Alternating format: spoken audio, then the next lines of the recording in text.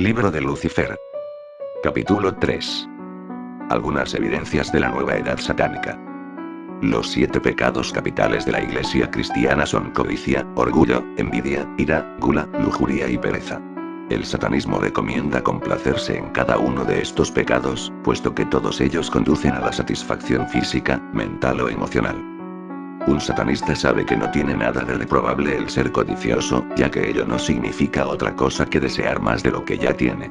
La envidia representa considerar favorablemente lo que los otros poseen y aspirar a tener las mismas cosas por uno mismo.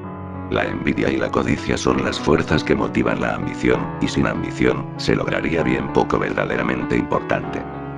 La gula es simplemente comer más de lo que necesitas para mantenerte vivo. Cuando has comido en exceso hasta el punto de la obesidad, otro pecado, el orgullo, te motivará a recobrar un aspecto que renovará el respeto hacia ti mismo. Todo aquel que compra una prenda de vestir con otro objeto que no sea el de cubrir su cuerpo y el de protegerse de los elementos naturales, se hace culpable de orgullo. Con frecuencia, los satanistas encuentran espíritus progresistas que sostienen que las etiquetas no son necesarias. A esos detractores de las etiquetas es preciso hacerles notar que una o varias de las prendas que ellos mismos llevan no son indispensables para mantenerlos abrigados. En esta tierra no hay una sola persona que renuncie al lomato. El satanista señala que todo el lomato que se advierta en la persona de esos espíritus progresistas viene a demostrar que también ellos son culpables de orgullo. Por muy verbosos que esos cínicos sean en su descripción intelectual de lo muy libres que son, lo cierto es que siguen luciendo los elementos del orgullo. El mostrarse reacio a levantarse por la mañana es ser culpable de pereza, y si permaneces bastante tiempo en la cama, puedes encontrarte cometiendo un nuevo pecado, lujuria. Sentir la más leve agitación del deseo sexual es incurrir en el pecado de la lujuria. Para poder asegurar la propagación de la especie, la naturaleza ha hecho de la lujuria el segundo instinto más poderoso, siendo el primero el instinto de conservación. Dándose cuenta de esto, la Iglesia cristiana hizo de la fornicación el pecado original. De esta manera, se aseguraron de que nadie escaparía del pecado, tu propia existencia es consecuencia del pecado, el pecado original. El instinto más fuerte de todos los seres vivos es el instinto de conservación, lo cual nos lleva al último de los 7 pecados mortales, la ira. ¿No es nuestro instinto de conservación el que entra en juego cuando alguien nos perjudica, cuando nos encolerizamos lo suficiente para protegernos de ataques ulteriores? Un satanista practica el lema: si un hombre te abofetea en la mejilla, rómpele la otra. Que ningún ultraje quede sin castigar, sé como un león en el combate. Sé peligroso incluso en la derrota. Puesto que los instintos naturales les conducen al pecado, todos los hombres son pecadores. Y todos los pecadores van al infierno. Si todo el mundo va al infierno, entonces no hay duda de que encontrarás allí a todos tus amigos. El cielo debe estar poblado de criaturas más bien extrañas, habida cuenta de que todo su afán en la vida era ir a un lugar en el que pudieran tañer eternamente un arpa. Los tiempos han cambiado. Los jerarcas de la Iglesia ya no predican que todos nuestros actos naturales son pecaminosos.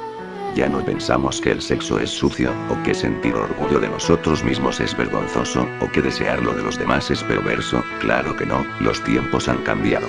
Si deseas una prueba de ello, basta con que mires lo muy liberales que se han vuelto las iglesias. Vamos, si están practicando todas las cosas que ustedes predican. Los satanistas oyen constantemente estas afirmaciones y otras por el estilo, y no tienen inconveniente en admitir que es así. Pero, si el mundo ha cambiado tanto, ¿por qué seguir aferrándose a los restos de una fe moribunda? Si tantas religiones han empezado a negar sus propias escrituras porque han quedado desfasadas, y si predican la filosofía del satanismo, ¿por qué no llamarle a este por su legítimo nombre, satanismo? Ciertamente, eso sería muchísimo menos hipócrita. En años más recientes ha habido un intento de humanizar el concepto espiritual del cristianismo. Esto se ha manifestado de las maneras menos espirituales posibles. Las misas que habían sido dichas en latín ahora son dichas en los idiomas comunes, lo cual lo único que logra es que todo el sinsentido sea mucho más fácil de entender, y al mismo tiempo priva a la ceremonia de la naturaleza esotérica que es consistente con los principios del dogma. Es mucho más fácil obtener una reacción emocional utilizando palabras y frases que no puedan ser entendidas, que con declaraciones que aún la mente más simple cuestionará cuando las escuche en un lenguaje más comprensible. Si los sacerdotes y ministros hubiesen usado hace 100 años lo que utilizan hoy en día en sus iglesias, hubieran sido acusados de herejía, llamados demonios, la mayoría de las veces perseguidos, y sin duda hubieran sido excomulgados. Los religiosos se quejan debemos estar acorde con los tiempos olvidando que, debido a los factores limitantes y las leyes profundamente enraizadas de las religiones, nunca podrán cambiar lo suficiente para estar acorde con las necesidades del hombre. Las religiones del pasado siempre han representado la naturaleza espiritual del hombre, con muy poca o ninguna preocupación por sus necesidades carnales o mundanas. Han considerado que esta vida no es más que transitoria, que la carne no es más que una envoltura, que los placeres físicos son triviales, y el dolor una preparación digna para el reino de Dios. Qué bien se les nota la hipocresía cuando los religiosos hacen un cambio en su religión para confrontar las necesidades del hombre. La única manera que el cristianismo puede servir por completo a las necesidades del hombre es convirtiéndose en lo que el satanismo es ahora. Se ha hecho necesario que aparezca una nueva religión, basada en los instintos naturales del hombre. Y ya tiene un nombre. Se llama satanismo. Es ese poder condenado el que ha causado la controversia religiosa sobre las medidas de control de la natalidad, una admisión a regañadientes de que la actividad sexual, por el solo placer de tenerla, llegó para quedarse. Es el diablo el que ha causado que las mujeres comiencen a mostrar sus piernas, para excitar a los hombres, el mismo tipo de piernas a las que ahora es socialmente aceptable mirar, que son mostradas por jóvenes monjas que lucen hábitos más cortos. ¿Qué paso tan acertado en la dirección correcta? ¿Es posible acaso que muy pronto veamos monjas topless contoneándose sensualmente al ritmo de misas solemnis rock? Satán sonríe y dice que por él no habría ningún problema, muchas monjas son niñas muy lindas con bonitas piernas. Muchas iglesias con algunas de las congregaciones más numerosas tienen la música más rítmica y sensual, satánicamente inspirada. Después de todo, el diablo siempre ha tenido los mejores temas. Los picnic dominicales, a pesar de toda la habladuría de la tía Marta sobre la generosa cosecha del Señor, no son más que una buena excusa para la comilona dominical, y todos saben que tras los arbustos suceden cosas más interesantes que leer la Biblia.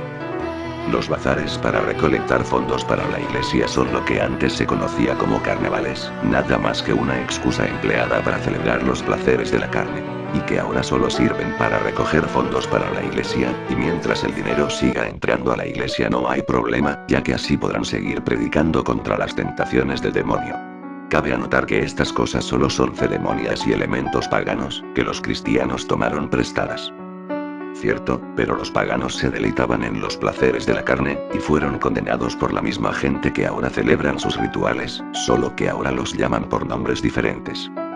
Los sacerdotes y ministros siempre van en la primera fila en las manifestaciones en pro de la paz, y se tienden en las vías férreas para detener a los trenes que llevan materiales de guerra al frente, con igual dedicación que sus hermanos de hábito, de los mismos seminarios, que bendicen las balas, bombas y soldados, actuando como capellanes de las Fuerzas Armadas. Alguien, en algún lado, debe estar equivocado. ¿Podría ser que Satán sea el único calificado para actuar como acusador? Ciertamente así lo han llamado. Cuando un cachorro alcanza la madurez se convierte en un perro. Cuando el hielo se derrite se llama agua. Cuando han transcurrido 12 meses, tenemos un nuevo calendario con el nombre cronológico apropiado. Cuando la magia se convierte en hecho científico nos referimos a ella como medicina, astronomía, etc. Cuando un nombre ya no es apropiado para una cosa dada, lo más lógico es cambiarlo por uno nuevo que se ajuste mejor para tal propósito. ¿Por qué, pues, no hacemos lo mismo con la religión? ¿Por qué seguir llamando a una religión con el mismo nombre cuando los principios de esa religión ya no se ajustan al original? O, si la religión predica lo mismo que siempre ha predicado, pero sus seguidores no practican casi ninguna de sus enseñanzas, ¿por qué siguen llamándose a sí mismos por el nombre dado a los seguidores de esa religión?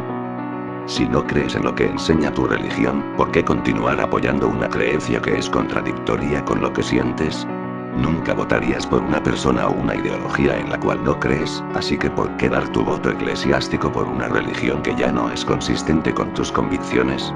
No tienes derecho alguno para quejarte de una situación política por la cual has votado a la que has apoyado de alguna manera, lo cual incluye sentarse y asentir complacientemente con los vecinos que aprueben esa situación, simplemente porque eres muy perezoso o muy cobarde para dar tu opinión. Lo mismo ocurre con los temas religiosos. Aun si no puedes ser agresivamente honesto sobre tus opiniones debido a las consecuencias desfavorables de tus jefes, tus líderes de comunidad, etc. Puedes, al menos, ser honesto contigo mismo. En la privacidad de tu propio hogar, y con tus amigos más cercanos debes apoyar la religión que abrigue tus mejores intereses.